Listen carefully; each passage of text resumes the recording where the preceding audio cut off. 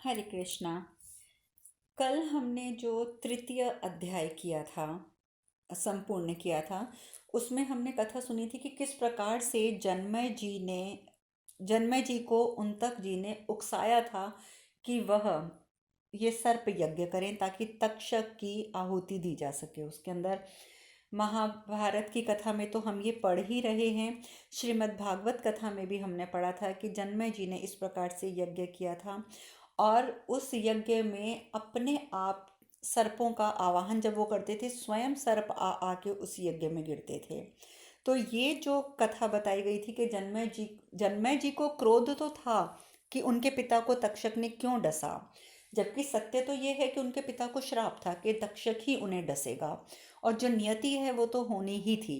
परंतु फिर भी जन्मय जी के सामने उनतक जी ने इस प्रकार की बातें करके वही बात हुई जो हमने कल सुनी थी कि हवन में घी का काम किया, यानी कि जिस प्रकार से घी डालने से अग्नि और तीव्र प्रज्वलित हो जाती है, वही कार्य किया था उनतक जी ने।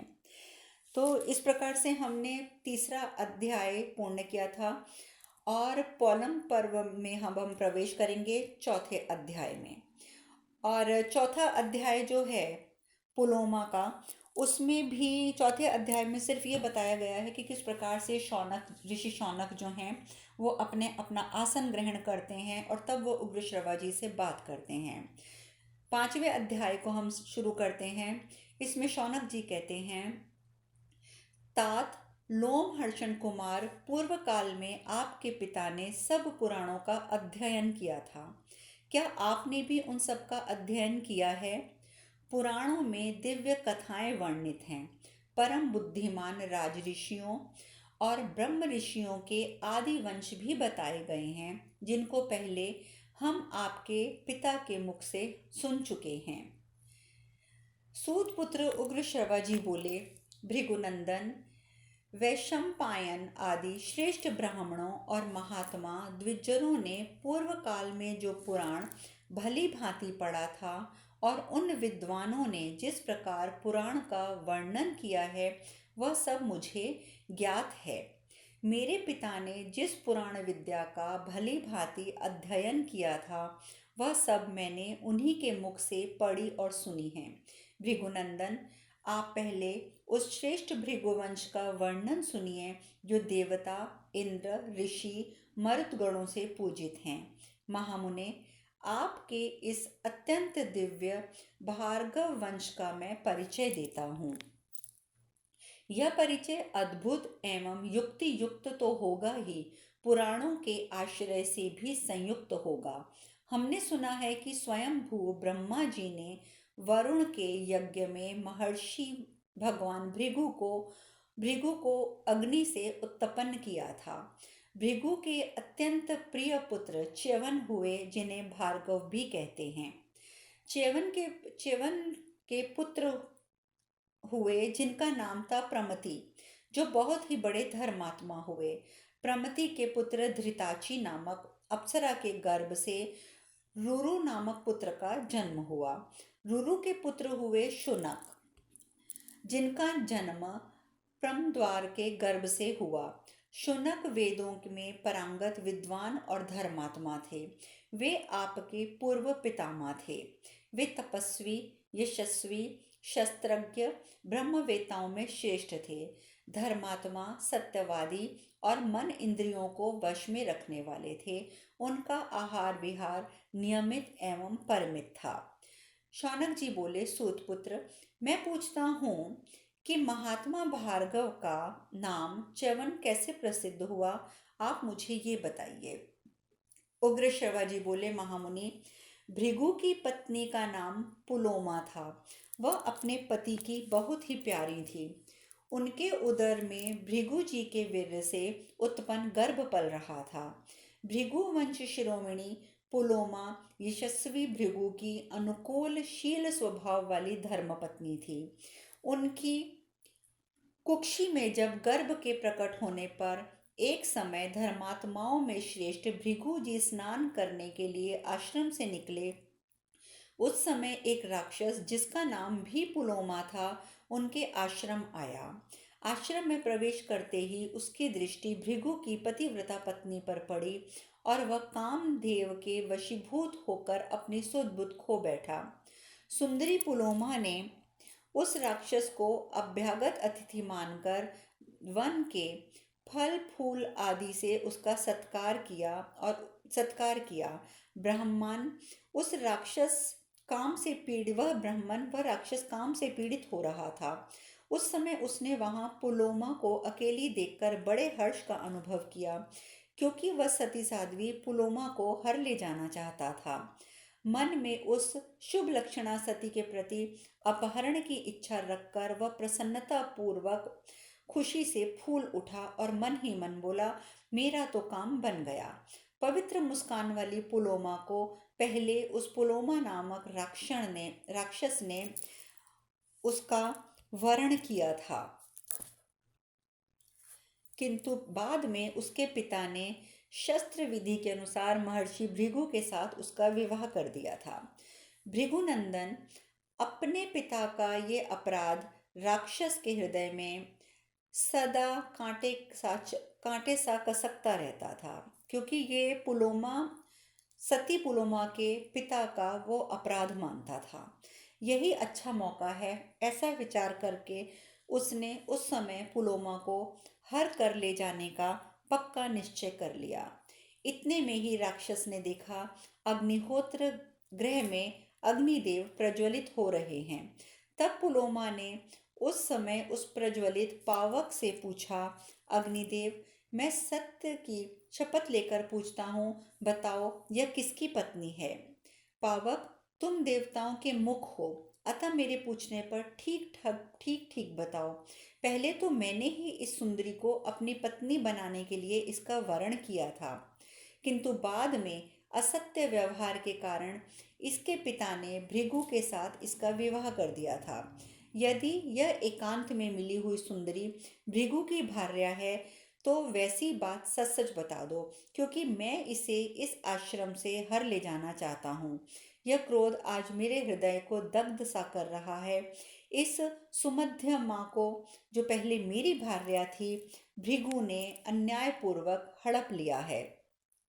उग्र शिवाजी आगे कहते हैं, इस प्रकार वह राक्षस भृगु की पत्नी के प्रति यह मेरी है या भृगु की ऐसा संशय रखते हुए प्रज्वलित अग्नि को संबोधित करके बार बार पूछने लगा, अग्निदेव, तुम सदा सब प्राणियों के भीतर निवास करते हो, सर्वत्र अग्नि, तुम पुण्य और पाप के विषय में साक्षी की भांति स्थित हो, अतः सच्ची बात बताओ।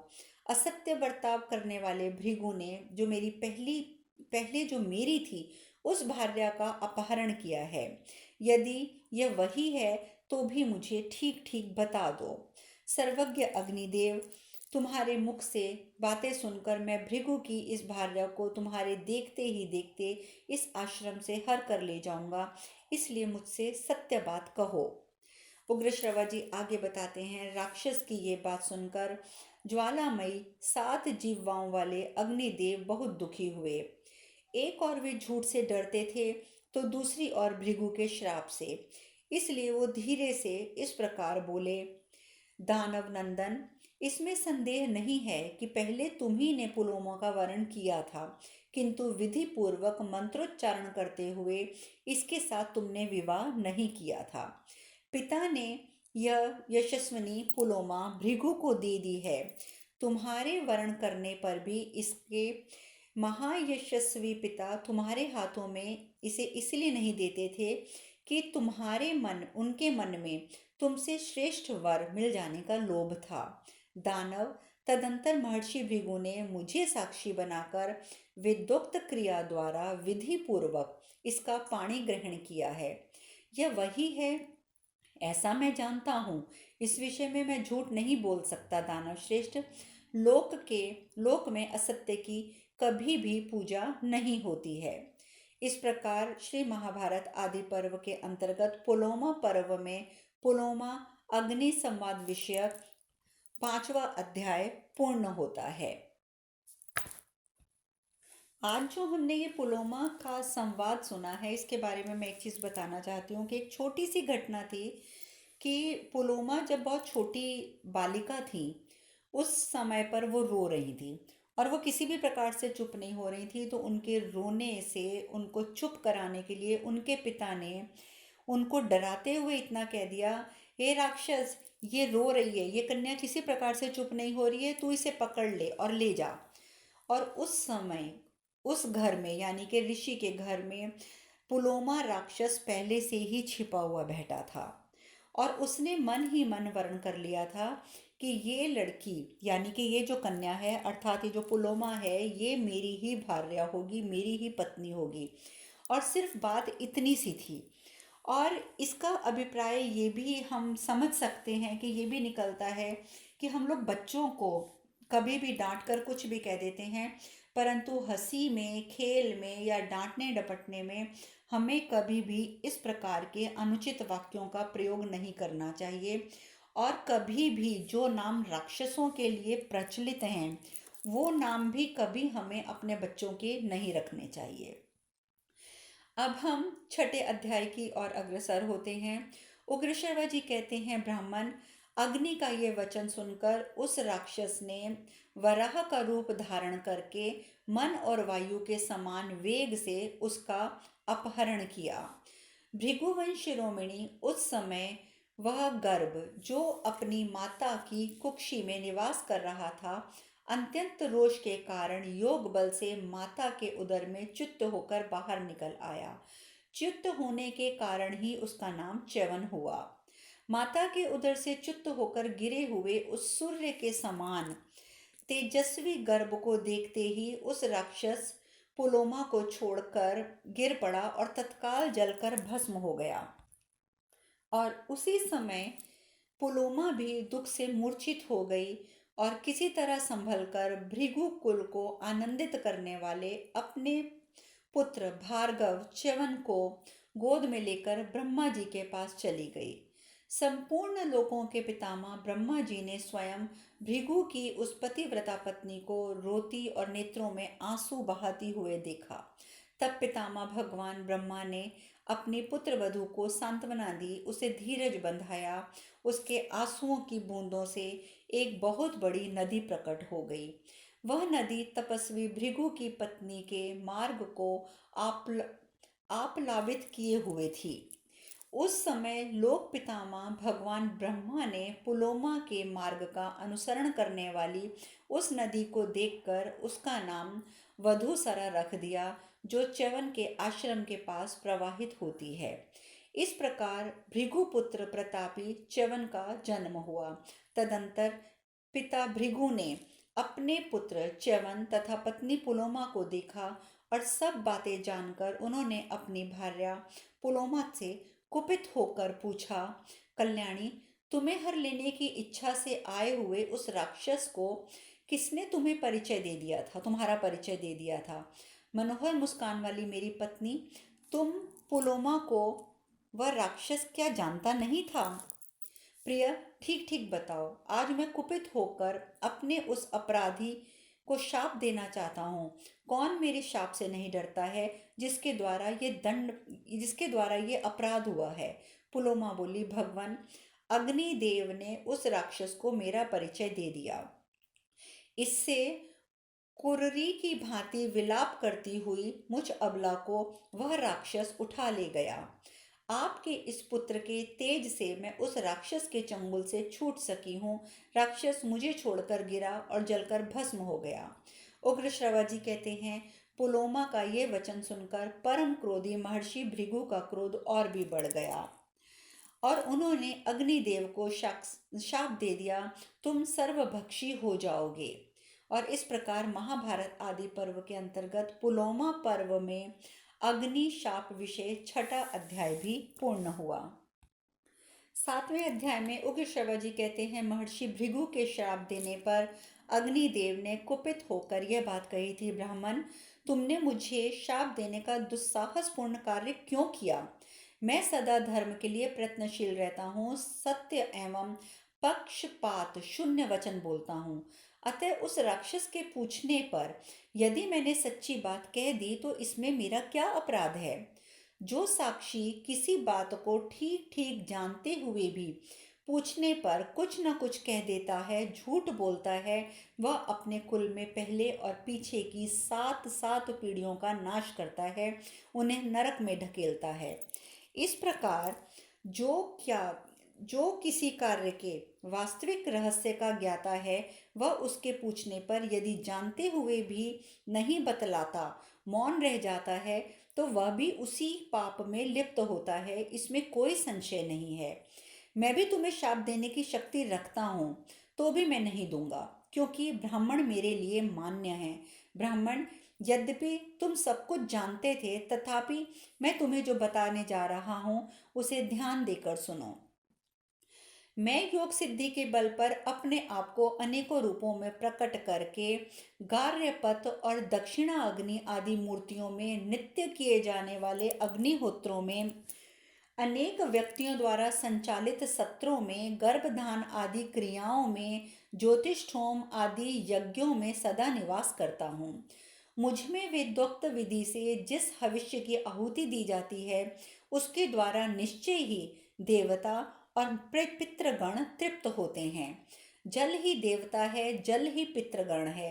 दर्श और पौर्णमास याग पितरों और देवताओं के लिए किए जाते हैं। अतः देवता पितर हैं, पितर ही देवता हैं। विभिन्न पर्वों पर ये दोनों एक ही रूप में पूजे भी जाते हैं और ये पृथक पृथक भी हैं। मुझ में जो आहुति दी जाती है उसे देवता और पितर दोनों ही भक्षण करते हैं। इसीलिए मैं देवताओं और पितरों का मुख माना जाता हूँ। अमावस्या को पितरों के लिए और पूर्णिमा को देवताओं के लिए मेरे मुख में ही आहुति दी जाती है, और उस आहुति के रूप में प्राप्त हुए भविष्य से देवता और पितर उपभोग करते हैं। सर्वभक्षी होने पर मैं इन सब का मुंह कैसे हो सकता हूँ। अब आगे की चर्चा हम कल करेंगे। हरे कृष्णा, हरे कृष्णा, हरे कृष्णा।